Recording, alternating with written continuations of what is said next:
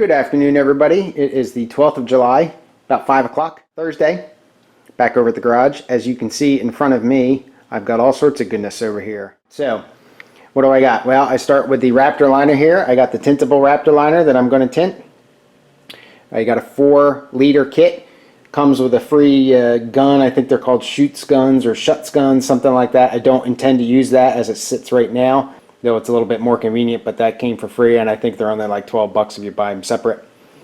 I got a gallon, or what they call a gallon. It's actually 3 liters of Evercoat Rage Ultra and a couple things of hardener.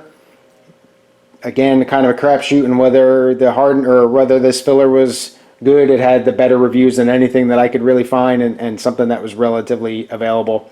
So that's what I went with. And then I got all the paint that I got from Southern Polyurethanes. I think I had mentioned that I was going cradle to grave with these guys. So the urethane reducer, another set of epoxy primer just in case I need some more. Universal clear coat, that's their very user-friendly clear coat to listen to them, and the activator for that. And then my medium red, 2 quarts of that gets activated with the urethane reducer. And then my 2K primer, standard 2K primer, not high build. They recommended just a standard 2K, not a high build, just based on the fact that, 1, I don't think the body's all that bad, and 2, you sand most of it off anyway, and this stuff's a little bit more cost effective, and I could have gone a whole gallon of this stuff. The difference between quart price of high build and the gallon price of this was not enough to not make this the smarter deal.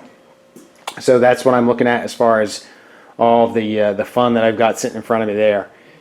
So I don't think I'm going to be doing a whole lot tonight of actual work. I did buy the metal to replace the door check strap thing that had broken on the driver's side door. I'll see if I can get to that. But I've decided that I'm going to essentially clean the interior up again and get that epoxy primer, get that in epoxy primer, and then going underneath next to do the Raptor liner, the tintable Raptor liner. Now that I have my base coat, I talked to the actual owner of Southern Polyurethanes. He said you can use the base coat as a tint for that stuff, so that's what I'm going to go with. But I want to get the tarp set up in here, and I'm going to try to make the tarp a little bit more slick. I've got, as you can see, I think I've got some hooks in the ceiling that I used on a long time ago when I painted the chassis, the frame. I'm going to try to make a hook outline a little bit bigger and just give me a little bit more assistance in hanging this tarp up than just using those poles. They got a little ungangly. Hopefully I can clean it up and give myself a little bit more room actually by using the hooks, punching a bunch of holes in this tarp and going that way. So that's the approach for tonight. That's what I'm going to start working on first, and we'll see how long it takes me. Like I said, I may or may not get to any work, so we'll see how it goes. All right, it's about 6 o'clock, and I got the tent set up already. Using those hooks was definitely the way to go. I wish I had done that last time. Much easier to go. You just kind of hang it as you go, pop little holes. You might be able to see there that I kind of folded over the top of the plastic.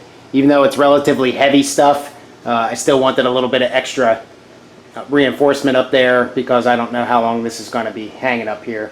So this is the cutout that I had for the filter. Obviously I didn't put them back in the same exact place. I got the cutout over here that I had for the fan, and then I got some overlap there.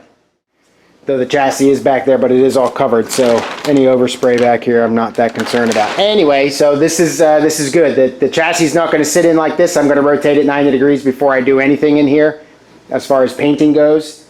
But so this went smoother than I thought it would. So I'll continue to work down this path. I'll probably flip the car around here. It's very dirty and dusty and everything, so I got to get it cleaned up. I'm going to grab a bite to eat here and continue on with the body. I've got everything covered up now. The welder's behind that. The doors are behind there, so I can't really work on that stuff now. But that's not as much of a goal now. So I'll get going. All right, about 7:30. So I got the car down here, as you can see, and I did kind of get the paint gun out and did some test runs and everything. And I think this is how I'm going to paint the interior, just like this, with it flat. I'm not going to angle it up like I did for the bottom. And my idea anyway, and I'm going to have to take down the tent because I don't have enough room in here, but my idea is to roll the car completely over.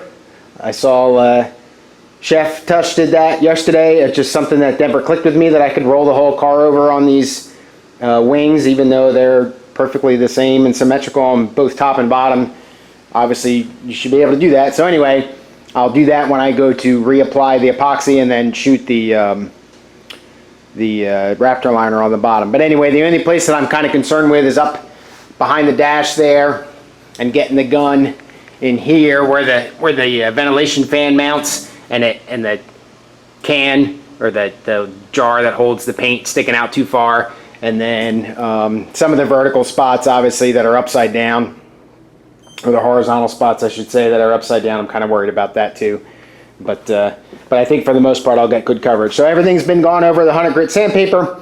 I'm going to hit it with the wax and grease remover right now, just so that I can highlight any shiny spots. I'll go back over with them. I got some, let me grab it real quick here. You know, I've been using these maroon pads here, but I want something a little more coarse than that. So these are what I think is the equivalent of the 3M tan pads, and these are very coarse or coarse, but they are pretty stupid expensive to buy, like I bought the maroon pads.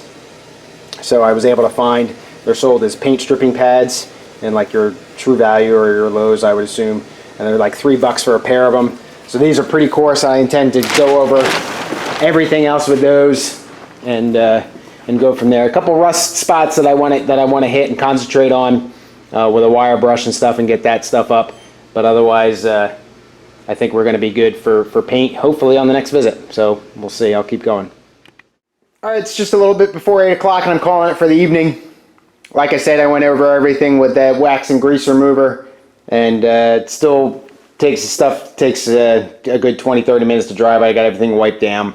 I'm sure there's still a lot of dirt in here that I'll need to go over several more times before I'm ready to call it clean. So there's a lot of prep work to do here, obviously.